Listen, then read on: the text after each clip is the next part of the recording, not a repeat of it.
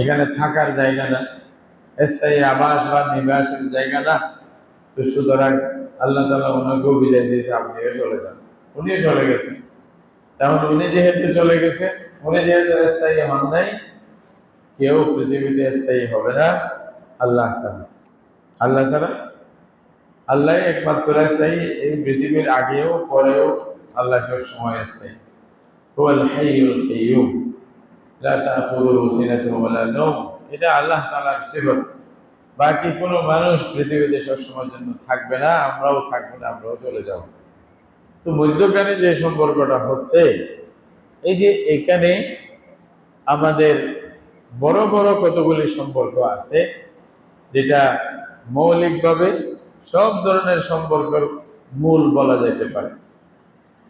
একটা সম্পর্ক আমার সাথে, আমার আল্লাহর সাথে আছে, আমার সৃষ্টিকর্তা।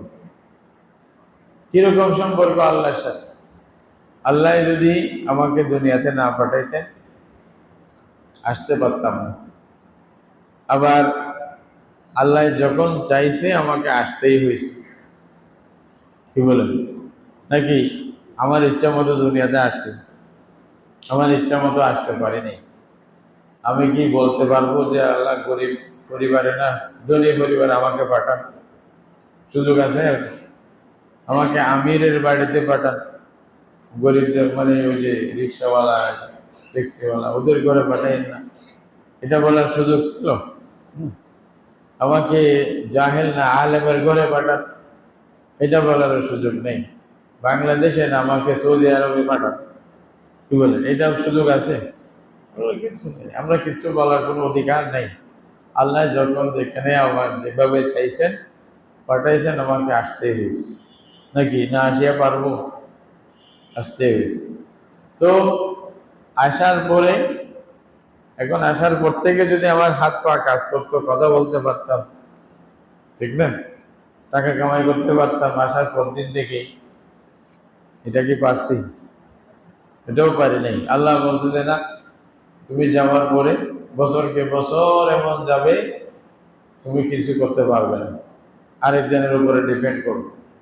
তোমাকে তোমার মা বাপ পালবে, ভাই বন্ধুরা দেখবে, এবং আস্তে ধীরে তুমি খাওয়া দাওয়া শুরু করবে। তোমার যেগুলা যোগ্যতা, তোমার যেগুলা যন্ত্র আমি ভিতরে ফিট করে দিয়েছি, এগুলার আস্তে ধীরে যখন যোগ্যতা আসবে, তোমার তখন খাওয়া শুরু করবে এবং পান করা শুরু করবে, ইত্যাদি ইত্যাদি। আস্তে আস্তে আস্তে আস্তে হবে, একসাথে হবে না। দেখেন না, অনেক সময় এই যে মুরগির বাচ্চারা আছে না, ওটা ইয়া থেকে বের হওয়ার সাথে সাথেই ওই যে খাবার শুরু করে, রিজিক তালাশ করে এবং খাবার শুরু করে, তাই না?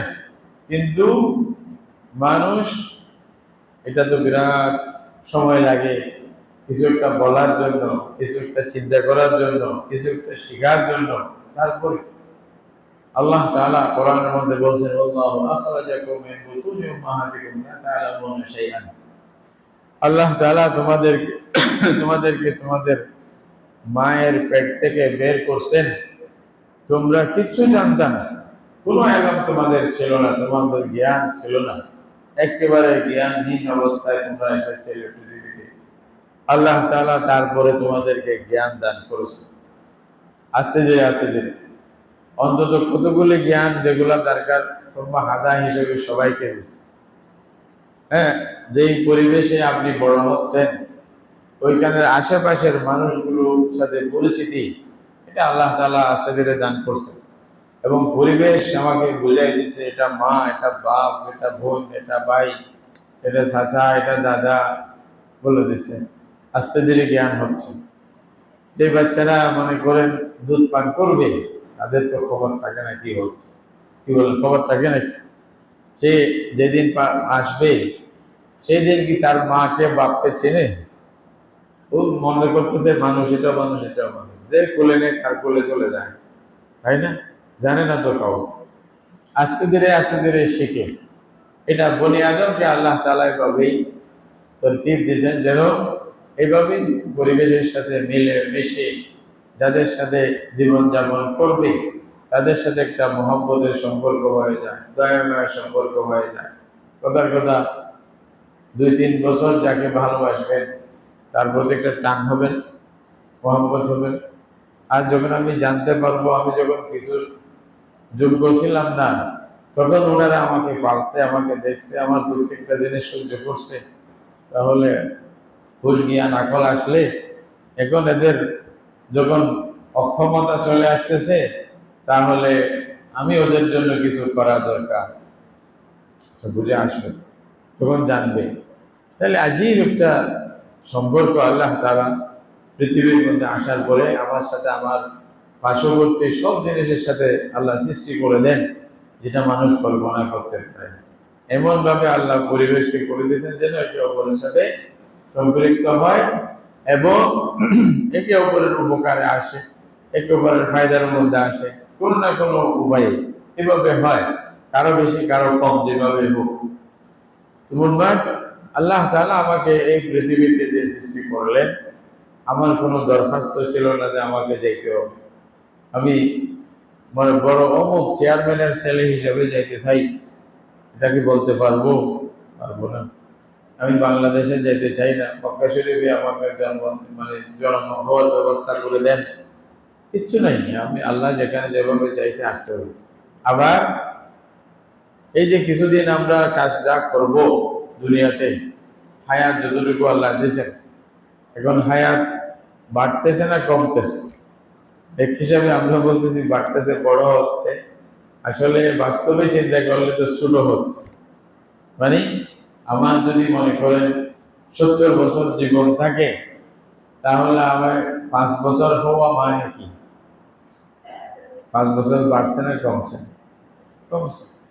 এটা হায়াত একটা মোমের মতো। মোমবাতি যখন আপনি জ্বালাইলে এটা সব সময় ক্ষয় হইতে থাকে, এটা নতুন করে আর বেশি বৃদ্ধি হয় না, ক্ষয় হতেই থাকবে। আমাদের জীবনটাও সেরকম ক্ষয় হতেই আছে। দিন রাত যা যাচ্ছে, আমাদের জীবনের একটি অংশ চলে যাচ্ছে, যেটা আমি ফিরে পাবো না জীবনেও। তাহলে 20 বছর হওয়া মানে আমি 50 বছর ওয়ালা মানুষ হইলে 20 বছর গেছে আমার জীবন থেকে, তাহলে আমি 20 বছর ছোট হয়ে গেছি, বড় হই নাই। কিন্তু আমি যদি ওরফের মধ্যে এটা বলি, আমাকে পাগল বলবে, বলছে ঘটনা ছোট হয়েছে বললে বলছে কি বুঝে না। কিন্তু বাস্তবতা তো এটাই।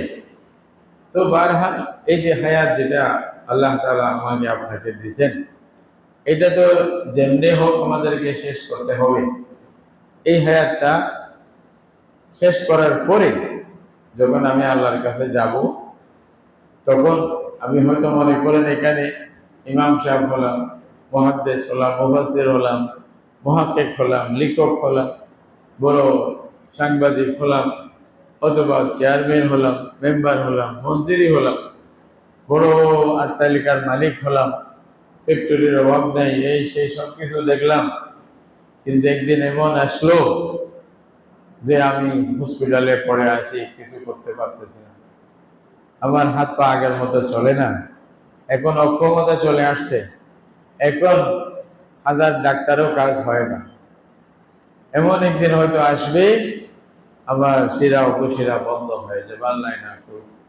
শ্বাস চলতেছে, আর চলবে না। তখন মানুষ আমার থেকে সব ছিনিয়ে নেবে নাকি? তখন ফ্যাক্টরি গুলা কি আমার থাকবে? আর আমার থাকবে না। আমার যারা ওয়ারিস যারা আছে তারা নিয়ে নেবে, এটা নিয়ম আল্লাহ তাআলা করে দিয়েছে। এমন ভাবে যদি ওয়ারিস না থাকে সরকার নিয়ে নেবে। কেউ যদি না থাকে, সরকার বলবে যে ওনার গুলো আমাদের ট্রেজারিতে দাও, বাইতুল মালে দাও, নিয়ে নেবে। তারপরে যারা অধিকার রাখে, হকদার, তাদেরকে দিয়ে দিবে। এইভাবেই তো সব ছিনিয়ে নেবে আমার থেকে। এমন কি বলছিলাম যে আমার নামটাও তো নিয়ে নেবে নাকি? থাকবে নাকি? এখন মরার পরে কাউকে কি চেয়ারম্যান বলবে? বলবো যে ওনার লাশ আসতেছে, কফিন আসতেছে, এই তো আমরা বলি, একেবারে সাথে সাথে চেঞ্জ। তো আল্লাহ তাআলা এটা বলতেছেন, দুনিয়াতে যেভাবে তোমাকে পাঠাইছিলাম সেই অবস্থাতেই দুনিয়া থেকে আবার ফিরে আসবা। যখন মরে যাবা, তুমি 1 টাকার মালিকও না, তুমি 1 কড়া জমিনের মালিক না, তুমি একটা ফ্যাক্টরির মালিক না, তুমি শেষ, যা ছিল বিদায় হয়ে চলে আসছে। তাহলে এই যে আমাদের সাথে এতগুলো জিনিসের সম্পর্ক থাকলো, এটা ক্ষণিকের জন্য না, আগেও নেই, পরেও নেই, ক্ষণিকের জন্য। এই ক্ষণিকের জন্য যে সম্পর্কটা আমাদের ছিল, এটা কিভাবে আমরা এটাকে রূপ দিব, এটার দায়িত্ব কিভাবে আদায় করব, রাসূল করিম সাল্লাল্লাহু আলাইহি ওয়াসাল্লাম যে হাদিসটা শুনাইছিলাম, ওই হাদিসের মধ্যে ওই কথাটাই বলছেন। তো বলছিলাম মৌলিক সম্পর্ক তিনটা, একটা আল্লাহর সাথে, আরেকটা হলো আমার নিজের সাথে, আরেকটা হলো দুনিয়ার মানুষের সাথে, আল্লাহর মখলুকাত, ওটার মধ্যে আয়শবর মখলুকাত মানুষ, অন্যান্য মানুষের সাথে আমার সম্পর্ক কি, আল্লাহর মখলুকাতের সাথে সম্পর্ক কি, এটা একটা জিনিস। আরেকটা আমার নিজের একটা সম্পর্ক আছে, আমি নিজে নিজে কিভাবে চলবো এই পৃথিবীতে, এইটা একটা জিনিস। আরেকটা হলো আমার খালেক মালিক রাজেক আল্লাহ, আল্লাহর সাথে আমার সম্পর্ক কিরকম হবে। তো বলতেছিলাম আল্লাহর সাথে সম্পর্কের বিষয় যদি চিন্তা করে, তাহলে আমার জন্য আল্লাহ কি, আল্লাহ কে? তা আমার জন্য আল্লাহ সবকিছু, আমার জন্য আল্লাহ সবকিছু। আল্লাহ যদি না দিতেন আসতে পারতাম না, আল্লাহ যখন নিয়ে যাবেন থাকতে পারবো না, আল্লাহ যদি না দেন, শ্বাস জারি না রাখেন, আমি এক সেকেন্ডের জন্য বাঁচতেও পারবো না। আল্লাহ যদি আমার দৃষ্টি শক্তি না দেন, আমি দেখতে পারবো না। আল্লাহ যদি আমার শোনার শক্তি না দেন, আমি শুনতে পারবো না। আল্লাহ যদি আমাকে খাওয়ার পরে, মুখে দেওয়ার পরে হজমের শক্তি না দেন, আমি হজম করতে পারবো না। আবার যা খাইলাম এটাকে আবার নিষ্কাশনের ব্যবস্থা যদি আল্লাহ না করতেন, তাহলে আমার জন্য এটাও একটা মুসিবত হয়ে যেত। এইভাবেই এক একটা নিয়ামতের কথা দেখেন, আমি মাথা থেকে পা পর্যন্ত, চুল থেকে পায়ের নিচ পর্যন্ত আল্লাহর নিয়ামতের মধ্যে ডোবা, প্রত্যেক সময় মানে আল্লাহর নিয়ামতের মুহতাজ। কুল হুয়াল্লাহু আহাদ আল্লাহুস সামাদ। সামাদ বলে যে সারা পৃথিবী যার মুহতাজ হয়, যিনি কারো মুহতাজ হন না, যিনি কারো মুহতাজ হন না, কিন্তু সবকিছু কার মুহতাজ, ওনার মুহতাজ।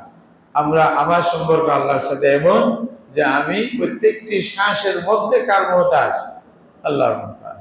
আল্লাহর করুণা ছাড়া, আল্লাহর রহমত ছাড়া, আল্লাহর দয়া ছাড়া আমার একটি শ্বাস মানে কেমন হবে না, একটি শ্বাস আমি বুঝাতে পারবো না। ওইটার জন্য আল্লাহর মুহতাজ থাকবো। একটা নেওয়ালা, আমরা যে এক ওয়াক্ত খানা খাই, প্রত্যেকটা নেওয়ালা যে ভিতরে যাচ্ছে অনায়াসে আরামসে, এটা আল্লাহর হুকুম না হলে যাইতো না। পানি আটকিয়া মারা যায়, ভাত আটকিয়া মারা যায়, এবং একটু সমস্যা হইলে বিল, অত লম্বা লম্বা বিল দেখা যায়। তো যদি আল্লাহ তাআলা বিল নেওয়া শুরু করতেন, হ্যাঁ, সম্ভব ছিল, তাহলে আল্লাহ তাআলা গুলা বলছেন আল্লাহর সাথে আমার সম্পর্ক মানে আল্লাহই সবকিছু। আবার আমার শুরুতেও আল্লাহ, আমার শেষেও আল্লাহ, মধ্যখানেও আল্লাহ, ওয়াল আউয়াল ওয়াল আখির ওয়াল যাহির ওয়াল বাতিন ওয়া হুয়া আলা কুল্লি শাইইন কাদির। এই আল্লাহর সাথে আমার সম্পর্ক কিরকম হবে? রাসূল করিম সাল্লাল্লাহু আলাইহি ওয়াসাল্লাম এক শব্দের মধ্যে এটা বলছেন, আমার মালিক, আমার সবকিছুর মালিক। এক এক জররা আমার যদি আমি বলতে থাকি এটার মালিক, আসল মালিক কে? আল্লাহ। আসল দাতা কে? আল্লাহ। সে আল্লাহর সাথে আমার সম্পর্কের ভিত্তি কি হবে? রাসূলুল্লাহ সাল্লাল্লাহু আলাইহি ওয়াসাল্লাম একটা শব্দ বলছেন, বলছে ইত্তাকিল্লাহ হাইথুমা কুনত। যেখানে যাও, হ্যাঁ, হাজার কোটি মানুষের সামনে যাও, হতে পারে একাকী নিরঞ্জনের মধ্যে অন্ধকার কুটুরিতে যদি নিজে থাকো, উভয় অবস্থায় আল্লাহকে ভয় করো। ইত্তাকিল্লাহ, উভয় অবস্থায় কাকে ভয় করো? আল্লাহকে ভয় করো। মানুষের সামনে টুপি টাপি দিলাম, ভালো সুফি হয়ে আসলাম, ভালো লোক হয়ে আসলাম, আর যদি একাকী থাকি শয়তান বনে গেলাম, নাউযুবিল্লাহ, আল্লাহ তাআলা আমাদের সবাইকে হেফাজত করুন। তাহলে এটা সম্পর্ক আল্লাহর সাথে ভালো না। রাসূল করিম সাল্লাল্লাহু আলাইহি ওয়াসাল্লাম বলেন, যে আল্লাহর এতগুলি ইহসান তোমার উপরে আছে, সে আল্লাহর সাথে তোমার সম্পর্ক ভিত্তি হবে তাকওয়া। ভিত্তি হবে কি? তাকওয়া। কি তাকওয়া? মানে হলো নিজেকে বাঁচানো। তাকওয়ার মানে হলো নিজে, আসল বাস্তব অর্থ হলো নিজেকে বাঁচানো। যখন বাঁচতে গেলে তো ডরাইতে হবে, এই জন্য বলে যে ডরায়, আল্লাহকে ডরাও। তা আল্লাহকে ভয় করলে তো বাঁচবেন। তো ভয় কেন করতে হবে? কারণ উনি সর্বশক্তিমান, উনি যা ইচ্ছা করতে পারবেন, উনি আমি দুষ করলে সাজা দিতে পারবেন, আবার কিছু ভালো করলে ওনার কথা মান্য করলে আমাকে পুরস্কার দিতে পারবেন। তাহলে সে আল্লাহর ভয় তো আমার মধ্যে আসতে হবে। তো সুতরাং আল্লাহকে ভয় করে আল্লাহর বিধিবিধানের ব্যাপারে খুব নিশ্চিতভাবে আল্লাহ যা বলছেন তা আমল করা, এবং আল্লাহ যা নিষেধ করেছেন তা থেকে দূরে থাকা, এবং এরকম নিষেধ থেকে দূরে থেকে আদেশ পালন করে মানে সারা জীবন যেটা আছে আল্লাহর ভয়ে এমন ভাবে কাটানো যাতে আল্লাহর অসন্তুষ্টি থেকে, আল্লাহর আযাব থেকে, আল্লাহর ধরা থেকে নিজেকে বাঁচাইতে পারেন। এটার নাম হলো তাকওয়া। তাহলে আমি আল্লাহর কথাটা মানবো কেন? আল্লাহর অসন্তুষ্টি থেকে বাঁচার জন্য। আল্লাহর নিষেধ থেকে দূরে থাকবো কেন? আল্লাহর অসন্তুষ্টি থেকে বাঁচার জন্য। তাহলে এটাই তাকওয়া, মানে নিজেকে বাঁচাই রাখা। ইত্তাকিল্লাহ হাইযুমা কুনত, আল্লাহর আযাব থেকে বাঁচতে থাকো, আল্লাহর অসন্তুষ্টি থেকে বাঁচতে থাকো, যেখানেই থাকো না কেন। পার্লামেন্টে গেলে, বাজারে আসলেও, ময়দানে আসলেও, মসজিদে গেলেও এবং বাজারে গেলেও আল্লাহকে ভয় করতে হবে। একেবারে একাকী ওই যে এর মধ্যে ময়দানে হয়তো বড় মাঠের মধ্যে গরু চড়াইতেছেন অথবা ছাগল ছাড়া যে এরকম থাকতো আর কি, মাঠের মধ্যে রাখালরা থাকতো, হয়তো গরু ছাগল আছে, একা আছে, কেউ নেই। রাসূল করিম সাল্লাল্লাহু আলাইহি ওয়াসাল্লাম এক সময় এরকম এক মানে অপারেশনে যাওয়ার সময় এক হঠাৎ করে অপেক্ষা করলেন, অপেক্ষা করে বললেন যে আজানের যখন টাইম হয়েছে, এক ব্যক্তির আওয়াজ শুনলেন, সে বলতেছি আল্লাহু আকবার আল্লাহু আকবার, এরকম আওয়াজ আসছে। তখন রাসূলুল্লাহ সাল্লাল্লাহু আলাইহি ওয়াসাল্লাম বলছে যে ওয়াকাত আলাল ফিতরা, তুমি যে আসলে প্রকৃতি বাস্তবতা যেটা এটার উপরেই তুমি পড়ছো, মানে এটাই তুমি পেয়ে গেছো। তারপরে বললেন আশহাদু আল্লা ইলাহা ইল্লাল্লাহ আশহাদু আন্না মুহাম্মাদার রাসূলুল্লাহ, মানে আজান দিচ্ছিল। তখন রাসূলুল্লাহ সাল্লাল্লাহু আলাইহি ওয়াসাল্লাম বলছেন আল্লাহ তোমাকে জাহান্নাম থেকে মুক্তি দিয়ে দিয়েছে। এটা বললেন। এটা শোনার পরে তারপরে হাইয়া আলাস সালাহ হাইয়া আলাল ফালাহ বললেন। এই আজান শেষ করার পরে রাসূল করিম সাল্লাল্লাহু আলাইহি ওয়াসাল্লাম জিজ্ঞাসা করলেন সাহাবায়ে কেরামকে, দেখে তো অনেকে, তো দেখা যাচ্ছে সে মেষ পালক, কতগুলি ছাগল ভেড়া এগুলা রাখাল, সে আজান দিচ্ছে। তো ওই আজানের মধ্যে একাকী, সে চাইলে আজান না দিতে পারত, সে চাইলে নামাজ না পড়তে পারত, সে চাইলে কিছুই করতো না। দুনিয়ার কেউ জানতো না সে যে নামাজ পড়েনি, কি বলে জানতো, কিন্তু তাকওয়া কাকে বলে? সে একা মেষের সাথে কতগুলি পশুর সাথে আছে, কিন্তু আল্লাহকে ভয় করতেছে। একা হইলেও কোনো মানুষ দেখে নাই, কিন্তু আল্লাহকে ভয় করতেছে। এইটার নাম হলো আসলে তাকওয়া। যে অবস্থায় থাকেন, রাসূল করিম সাল্লাল্লাহু আলাইহি ওয়াসাল্লাম বলতেছেন ফিসসিররি ওয়াল আলান, সবার সামনে প্রকাশ্যে অথবা গোপনে অপ্রকাশ্যে সব সময় আল্লাহকে ভয় করবে। এটা হলো আল্লাহ এবং তোমার সম্পর্কের ভিত্তি হবে এটা। তাহলে এটাই যদি হয়, তাহলে যে মানুষের মধ্যে আল্লাহর ভয়টা কাজ করবে তার জন্য পুলিশ লাগবেই বলেন, তার জন্য মোকদ্দমা দায়ের করতে হবে, তাকে গ্রেফতার করতে হবে, কিচ্ছু দরকার হবে না। এজন্য বাস্তবে যখন মুসলমান যখন অন্তর থেকে মুসলমান হয়ে গেছিল, ইসলামী হুকুমত করতেও বাধা হয় নাই, তাদের জন্য বড় বড় মোকদ্দমাও করতে হয় নাই। রাসূলুল্লাহ সাল্লাল্লাহু আলাইহি ওয়াসাল্লামের 23 বছর জীবনে, বিশেষ করে মদিনা শরীফের 10 বছরের মধ্যে 10 বছরে একটা দুইটা ঘটনা হয়েছে, একটা দুইটা, তাও আল্লাহু আলাম, ওলামায়ে কেরাম বলতেছেন তাও এই জন্য আল্লাহ করাইছেন যেন পরবর্তী উম্মতের মধ্যে এরকম ঘটনা হলে এটার বিধান কি হবে এটা যেন শরীয়তের মধ্যে আসে, এটা যেন বর্ণিত হয়, এই জন্য আল্লাহ করাই দেখেছে। এই জন্য দুইটা, একটা জিনার ঘটনা হয়েছে 10 বছরের মধ্যে, বর্তমানে কি হচ্ছে, সেকেন্ডে কয়টা হয় হিসাব করা যাবে? ইউরোপ আমেরিকার যেগুলো হিসাব আসে, সেকেন্ডে এতগুলি অপরাধ, এতগুলি বেবিচার, এতগুলি মানে চুরি, এতগুলি মানে যে ডাকাতি, এগুলো আমরা দেখি তো। কি বলেন, সবাই জানেন না? রিপোর্ট করেন না, তাহলে তো দেখবেন আমাদের দেশের অবস্থা কি। অপরাধ জগতের এটা যদি দেখেন তাহলে সুবহানাল্লাহ, এটা কেন?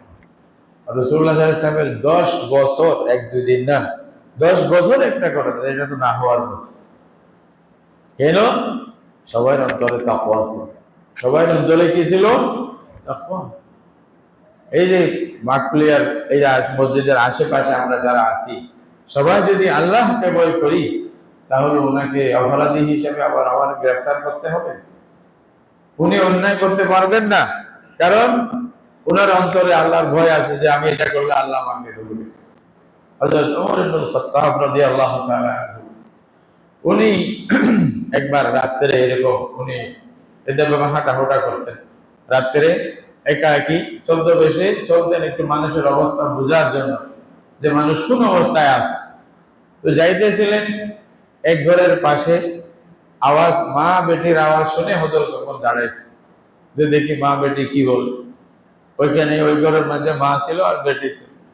তো মা বেটিকে বলতেছে তারা মানে আয় রোজগারের জন্য কিছু দুধ বিক্রি করত।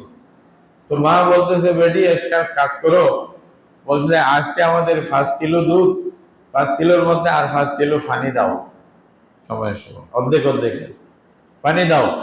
বলছে যে ওমর তো আর দেখবে না। শব্দ কি? কারণ ওমর দেখলে তো পিটাবে, ওমর দেখলে তো শাসন করবে বা বিচারের আওতায় আনবে, আমাদেরকে বিচার করবে, আমরা পানিশমেন্ট দেবে, আমরা হয়তো সাজা পাবো। কিন্তু ওমর তো আর দেখতেছে না, এখানে পানি দিয়ে দাও। ওমর তো আর ওমর তো আর আলেমুল গায়ব না, হাজির নাজির না, এগুলা ওমর কি আর জানে নাকি? ওমর কাছে দেখলে না জানবে না, তো জানার কথা না। এটা বলছে, বলছে যে তাহলে আমরা ডবল পয়সা পাবো, 5 কিলোর জায়গায় 10 কিলোর পয়সা পাবো। মা বুদ্ধি দিচ্ছিলেন কাকে? মেয়েকে। মেয়েকে বলছিলেন এটা কাজ করো, আমরা এমনি গরিব মানুষ, কিছু পয়সা বেশি আসার জন্য এটা করো। ওমর তো আর দেখতেছে না, ওমর যদি না দেখে তাহলে তো আমাদের আর সমস্যা নেই, হ্যাঁ, শাস্তি পাওয়ার কোনো ভয় নাই। তখন মেয়ে কি বলছে জানেন? মেয়ে বললেন, বলছে যে মা ওমর দেখতেছে না ঠিক আছে, কিন্তু ওমরকেও যিনি দেখেন, আমার আপনার প্রত্যেকটি কাজ যিনি দেখেন, যার দেখা থেকে বাঁচার কোনো উপায় নেই, উনি তো দেখবেন। উনি দেখবেন। কে দেখবেন? আল্লাহ। আল্লাহ তো দেখবেন। আল্লাহ তো ওমর বাদ দাও না, ওমর ধরল, ওমরের কাছে ধরা পড়লাম না, কিয়ামতের দিন আল্লাহর কাছে ধরা পড়ব না। আল্লাহ তো আমার প্রত্যেকটা জিনিস লিপিবদ্ধ করে রাখছে, প্রত্যেকটা জিনিস, এমনকি এক একটা শব্দ আল্লাহর কাছে সংরক্ষিত। আল্লাহ তাআলা কোরআনে বলছেন মা ইয়ালফিযু মিন কাওলিন ইল্লা লাদাইহি রাকীবুন আতীদ। একটা শব্দ যে বের হয়, এটাও আল্লাহ তাআলার কাছে আল্লাহ তাআলা সংরক্ষণ করে রাখে। আমার আপনার পুরো ফাইল তৈয়ার, দেখবেন কিয়ামতের দিন আল্লাহ যখন দেখাইবে, দেখবেন এরকম সাক্ষী রাখবেন। আল্লাহ বলবেন ইকরা কিতাবাক কাফা বিনাফসিকা আল-ইয়াওমা আলাইকা হাসিবা। তোমার কিতাব তুমি পড়ো, এটা অন্য কোনো সাক্ষীর দরকার নেই। তুমি নিজের ঘটনাগুলি পড়ে দেখে তোমার জীবনের ক্লিপস গুলো দেখো, এটা করছো কিনা, কোন জায়গায়, কোন সময়, কোন তারিখে, কার সাথে মিলে করছিলা, দেখো।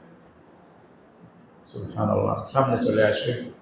তখন আল্লাহ বলবে যে তুমি নিজেই যথেষ্ট এটা সাক্ষী দেওয়ার জন্য। তখন তো আর মিথ্যা বলা যাবে না, তো এটাই হবে। তো মেয়ে বলতেছে মা ওমর না দেখলে কি হয়েছে, যাকে ওমর মানে ওমর কেউ যিনি দেখেন, উনি তো দেখবে, ওনার দ্বারা কেমনে বাঁচবো? সুতরাং আমি পারবো না, এখানে এই ধোঁকাবাজি করতে পারবো না, দুধ যা আছে তাই বাঁচাবে আল্লাহ। হযরত ওমর ইবনে খাত্তাব রাদিয়াল্লাহু তাআলা আনহু এই কথা শুনে ওই ঘরটাকে মার্ক করছে। তারপরে দিন সকালে লোক পাঠিয়ে বলছে এই ঘরে যে মেয়ে থাকে এদের খবর দাও আমাকে, এই মেয়েটার ব্যাপারে আমাকে ইনফরমেশন দাও। দেওয়ার সাথে সাথে ওমর ইবনে খাত্তাব বললেন এই মেয়েকে আমি আমার ছেলে আব্দুল্লাহর জন্য আমি বউ হিসেবে তাকে গ্রহণ করব। আল্লাহু আকবার, বউ বানিয়ে নিয়ে আসছে। মুত্তাকি, তাকওয়া কাকে বলে? ওমর ইবনে খাত্তাব বলছেন যে মেয়ে এভাবে আল্লাহকে ভয় করতেছে, তার চেয়ে ভালো আমি পাবো কোথায়? ওই জন্য ওইটাকেই প্রাধান্য দিচ্ছি। তাহলে আমার আপনার আল্লাহর সাথে যেটা সম্পর্ক হবে এটার ভিত্তি শুধুমাত্র কিসের উপরে? তাকওয়ার উপর। তাকওয়া মানে আবার মানুষের সামনে তাকওয়া, বাইরে গেলে শয়তান, এটা না, বা একা একই থাকলে শয়তান, এটা না। সব সময় আল্লাহকে ভয় করতে হবে, আল্লাহ তো দেখতেছে, এটা মনে করতে হবে। তাহলে এটার ভিত্তি করে যদি আমি কাজ করি, তাহলে আমার সাথে আমার দ্বারা কেউ কি কষ্ট পাবে? আমার দ্বারা অন্যায় করা সম্ভব হবে? আমি কি অন্যায়ভাবে স্ত্রীর উপরে জুলুম করতে পারবো? আমি কি আমার শ্রমিকদের উপরে জুলুম করতে পারবো? আমি আমার প্রজার উপরে কি জুলুম করতে পারবো? তাদের সাথে ধোঁকা দিতে পারবো? তাদের সাথে তাদের মানে উপরে জুলুম অত্যাচার করা, এটা কি সম্ভব হবে? অন্যায় করা কি সম্ভব হবে? হবে না। যদি আমি আল্লাহকে ভয় করি, আল্লাহ ধরা, আল্লাহর সামনে দাঁড়াতে হবে, এটা যে ভয় করি, এটাই তো কোরআনে বলছে, ওয়া আম্মা মান খাফা মাকামা রাব্বিহি ওয়া নাহান নাফসা আনিল হাওয়া ফাইন্নাল জান্নাতা হিয়াল মাওয়া। আল্লাহ বলতেছেন, যে ব্যক্তি ভয় করবে যে আল্লাহর সামনে দাঁড়াইতে হবে, মাকামা রাব্বিহি, তার রবের সামনে দাঁড়াইতে হবে এবং যাররা যাররা হিসাব দিতে হবে, প্রত্যেকটা জিনিস ভালো খারাপ আল্লাহর সামনে হিসাব নিকাশ হয়ে যাবে, এইটার ভয় যার কাছে আছে, অটোমেটিক সেই ব্যক্তি নিজের নফসকে বাধা দিবে না। এটা করা যাবে না, এটা করলে আল্লাহ ধরবে, আল্লাহ শাস্তি দিবে, আল্লাহর শাস্তি থেকে বাঁচানোর কোনো উপায় নাই, কেউ বাঁচাইতে পারবে না, সুতরাং আমি করব না। তাহলে আসল পুলিশ কোথায়? আসল পুলিশ কোথায়? আমার অন্তরের ভিতরে তাকওয়া। এটার নাম কি? তাকওয়া। আসল পুলিশের নাম তাকওয়া। ওই তাকওয়া থাকলে আপনার জন্য আর্মি, পুলিশ, বিডিআর গুলো দরকার নেই, দরকার নেই। এটাতেই দেখতে হবে। আল্লাহ বলতেছেন, যদি এই দুইটা সিফত থাকে, তার জন্য জান্নাত। তার জন্য কি? জান্নাত। ফাইনাল জান্নাতা হিয়াল মাওয়া বলে দিস। তাহলে রাসূল করিম সাল্লাল্লাহু আলাইহি ওয়াসাল্লাম বললেন, আমার উম্মত, তুমি তোমার মালিকের সাথে তোমার সম্পর্কের ভিত্তি তাকওয়া, এটা রাখবে। এটা একটা ওসিয়ত। ইত্তাকিল্লাহ হাইযুমা কুনত, যেখানেই থাকো আল্লাহকে ভয়। এইটা নাম্বার 1।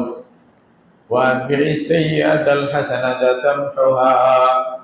দ্বিতীয় নম্বর, এই তাকওয়ার রাস্তায় চলতে গিয়া পদস্খলন হবে না? মানুষ তো ভুল হয়ে যাবে না? আমাদের বাপেরও তো ভুল হয়ে আল্লাহ আবার মাফ করছে, এরকম বলছে। যদি ভুল হয়ে যায়, অন্যায় হয়ে যায়, কোন একটা মানুষ হিসেবে গলতি হয়ে গেছে, গুনাহ হয়ে গেছে, তখন কি করবা? রাসূলুল্লাহ সাল্লাল্লাহু আলাইহি ওয়াসাল্লাম বলেন, ওয়া আতবি'is সাইয়্যাতাল হাসানাতা তামহুহা। কোন একটা খারাপ কাজ হলে সাথে সাথে একটা ভালো কাজ করো, সাথে সাথে একটা কি করো? ভালো কাজ করো। আল্লাহ তাআলা তোমার খারাপটাকে মিটায় দিবে। তাহলে পুরোপুরি সাদা থাকতেছে। একটা দাগ লাগছে, এটা সাবান দিয়ে ধুয়ে ফেললাম, আবার সাদা হয়ে যাবে? কি বলেন, সাদা হয়ে যাবে? যদি দাগ লাগার পরে এটা যদি ধুয়ে না ফেলি, এটা যদি কোনো পরিষ্কার করার ব্যবস্থা, ক্লিন করার ব্যবস্থা না করি, তাহলে আমার যে কাপড়, আমার যে আমল নামা, আমার যে জামা, এটা কালো হতে হতে হতে এমন হবে যে তখন আর দুনিয়ার সব সাবান দিয়েও এটা আর সাদা হবে না, কালো হয়ে গেছে। যে খাতামাল্লাহু আলা কুলুবিহিম ওয়া আলা সামিইহিম ওয়া আলা আবসারিহিম গিশাওয়া ওয়া লাহুম আযাবুন আযীম। এখন আর কাজ হবে না। এই জন্য রাসূলুল্লাহ সাল্লাল্লাহু আলাইহি ওয়াসাল্লামের পরামর্শ হচ্ছে, তোমার নিজেকে ঠিক রাখার জন্য, তোমার নিজের সাথে যেটা সম্পর্ক, এটার ভিত্তি হবে তওবা, ইস্তিগফার এবং আমলে সালেহ। আদবি সাইয়্যাতাল হাসানা, কোন একটা খারাপের সাথে সাথে ভালো করা। এটার ব্যাখ্যা উলামায়ে কেরাম বলতেছেন, আল হাসানার ব্যাখ্যা করতেছেন আত-তাওবা, আন-নুসুহ এবং আল আমালুস সালেহ, আল ইস্তিগফার। এটা হলো সাথে সাথে তওবা করো, দেরি করিও না।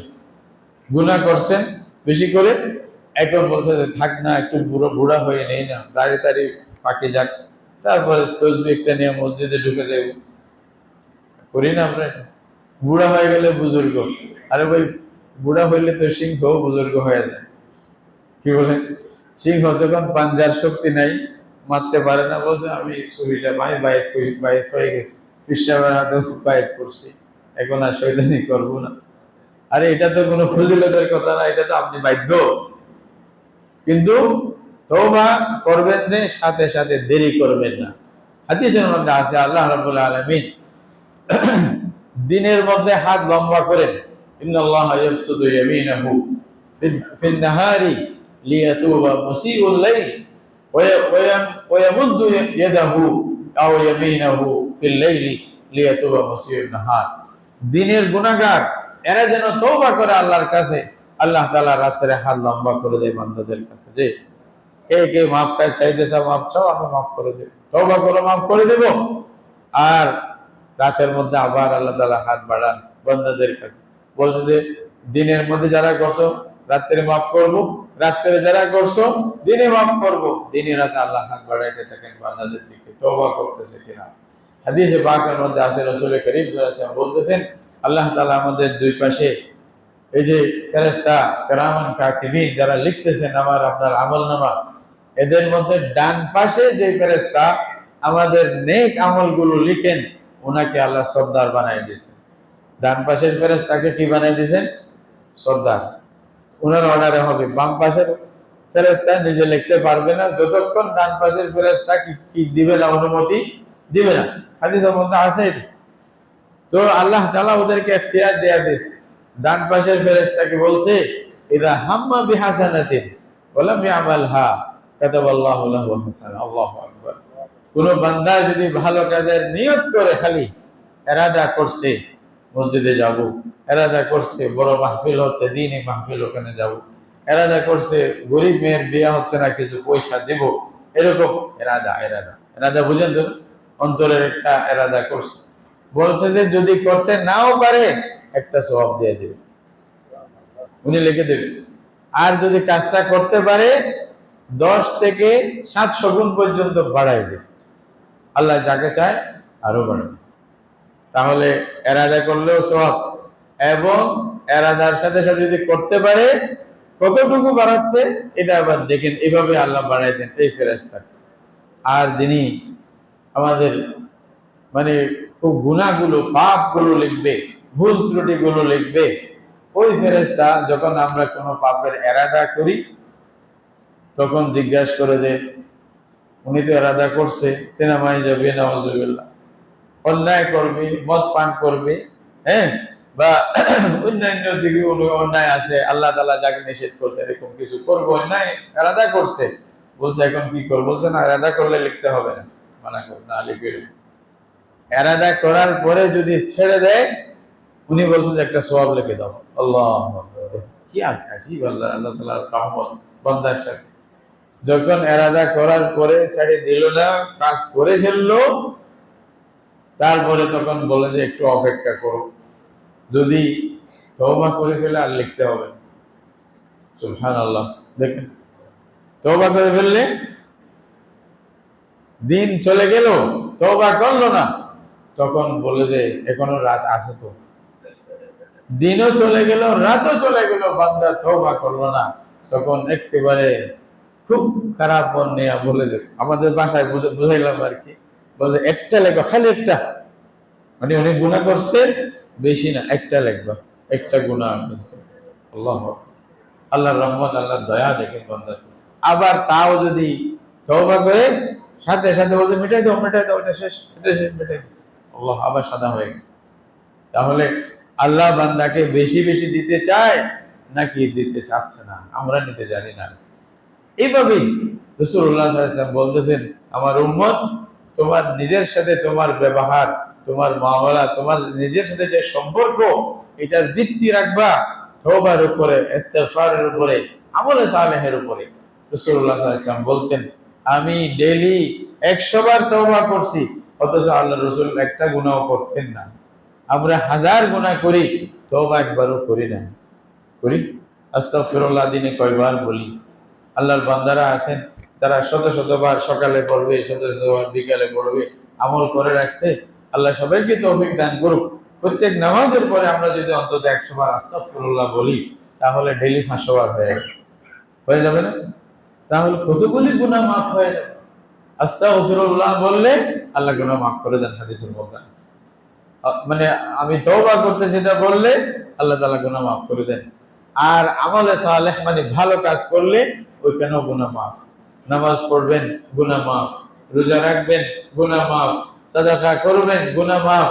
সুবহানাল্লাহ বলবেন, গুনাহ মাফ। মসজিদে হাঁটে আসবেন, গুনাহ মাফ। দরুদ শরীফ পড়বেন, গুনাহ মাফ।